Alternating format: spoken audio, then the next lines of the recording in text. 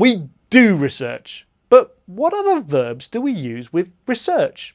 Well, you carry it out or undertake it. We can also say you conduct research. They mean the same. No one has carried out research on this area before. We're conducting the first major research on this topic. She's undertaking some important research. When talking about it, we often want to say what research is based on. Where does the information come from? This research is based on data from our experiments. Then it's all about how certain you are. Maybe your research proves something, shows something, or reveals something. Maybe it just suggests something if you're not so sure. My research proves that my theory is correct. It reveals the importance of my ideas. Her research suggests that things are much more complicated than we thought. So, you can undertake research, base it on data, and see if it proves or suggests something.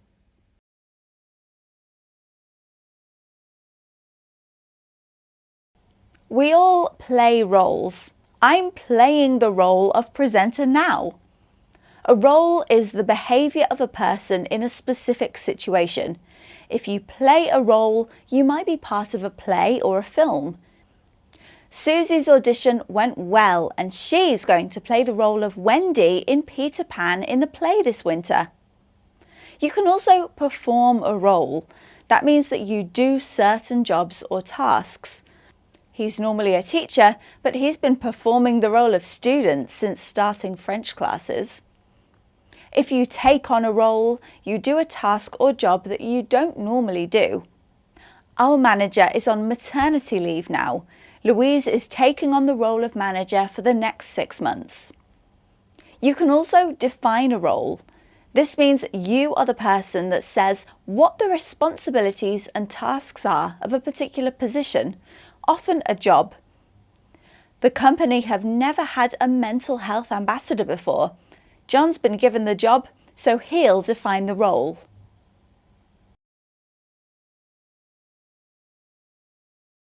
Give your English a better structure. Learn some verbs to use with structure. Something that is well organised or has something supporting it has structure.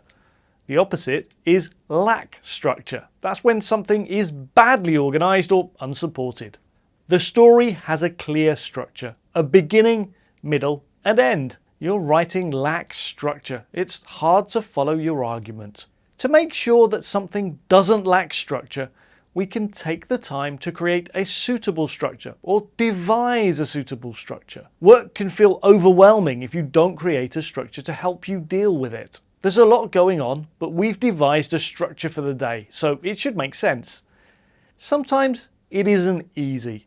You impose a structure if it takes a lot of effort or if you face resistance. The new coach worked hard to impose a structure on the team so that they would stop losing.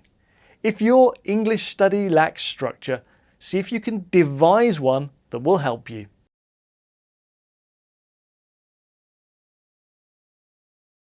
Let's talk about verbs we use with data. If you collect or gather data, you search for it yourself. For example, this could be by asking people questions or looking at databases online. I've been gathering data on breakfast choices by asking people what they have for breakfast. When you have your answers or figures, you might enter that data into a computer system. I've been entering data into this spreadsheet all day. Then it's time to interpret the data. This means you analyse it to see what it means. Well, look at that. It looks like most people in the BBC have cornflakes for breakfast. You might then present the data to colleagues or a company that want the information. Sorry, I can't come for brunch. I'm presenting my breakfast data to the cereal company. I'm going to go and eat some breakfast, so see you next time.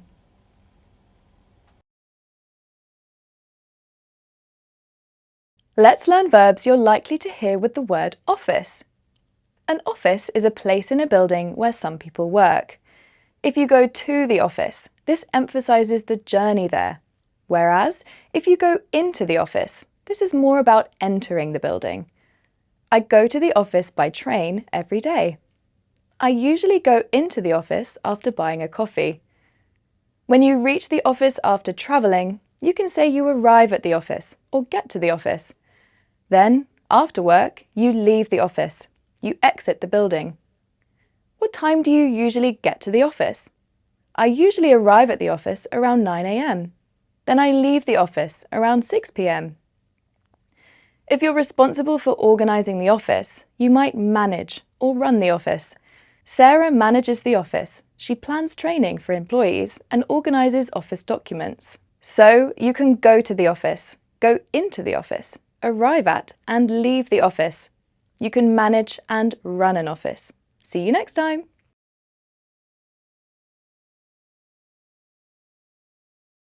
Students write papers, but what other verbs can we use? When you're preparing a paper, you start by drafting it. I've drafted a paper, but I don't like it yet. I'm preparing a paper for the next class.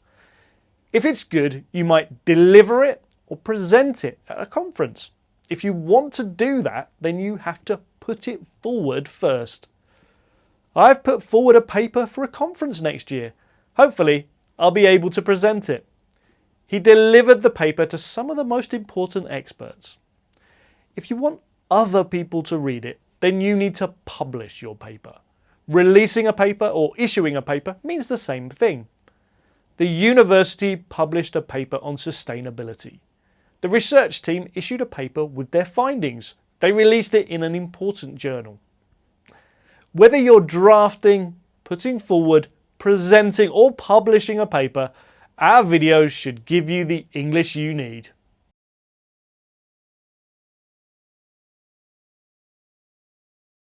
Can we design a way to learn verbs that go with design? You can come up with a design. This means you think about and plan what your design will be. I looked at different colours and shapes I liked, then came up with the design for my logo. If you produce a design, you then make your design a reality.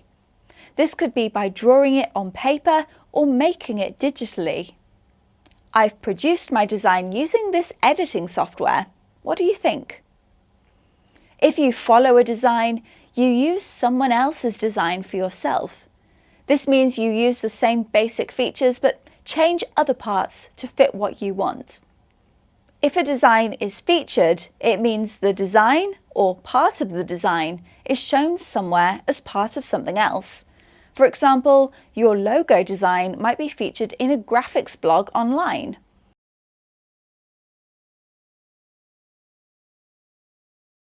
Let's learn verbs commonly used with the noun view. A view is how you see the world, your opinions and beliefs. You can agree with a view, and that means you share the same opinion. I agree with the view that exercise is an important part of a healthy lifestyle. If evidence supports a view, it means it makes the view convincing, but we're still not 100% sure. But if evidence confirms the view, it clearly shows that the view is correct. The new study supports his view, but we need more research to make sure. If you feel confident that the view is supported or confirmed, you may want to endorse the view, to publicly approve it. Many experts endorse the view that climate change is a major global issue. Lastly, if you don't see convincing evidence, you might challenge the view. You disagree with and question the view. I hope you agree with and don't challenge our view that learning English is important.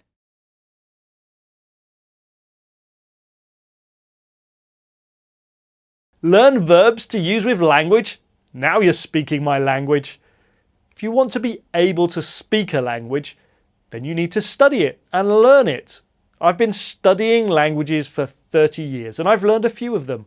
I know 8 languages. I speak some well and some badly. Maybe just learning a language isn't good enough for you. Maybe you want to master a language. That means speak it really well.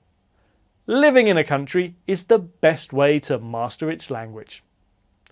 Things can be expressed in or be couched in simple language. It means the same thing. Maybe you want to enrich your language with some more complex expressions. The letter was expressed in very direct language. We knew exactly what to do. Reading poetry can enrich your language. Let me couch this in simple language. Our videos will help you enrich your language and master English.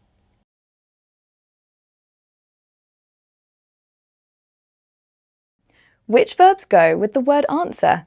Let's find the answer. An answer is a response to a question or a problem, and there are many ways we can talk about it. If you have or know the answers, it means you possess the information or solution.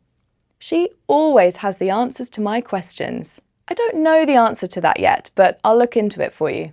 You might be looking for or seeking answers when you're trying to find a solution to something. Then you might find the answers you're looking for. I'm looking for the answer to my leaking roof.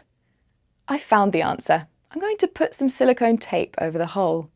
If you need a response urgently from someone, you might demand an answer.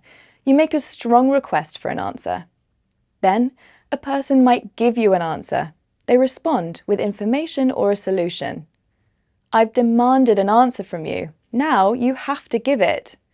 Which verbs go with answer? Now you have the answer.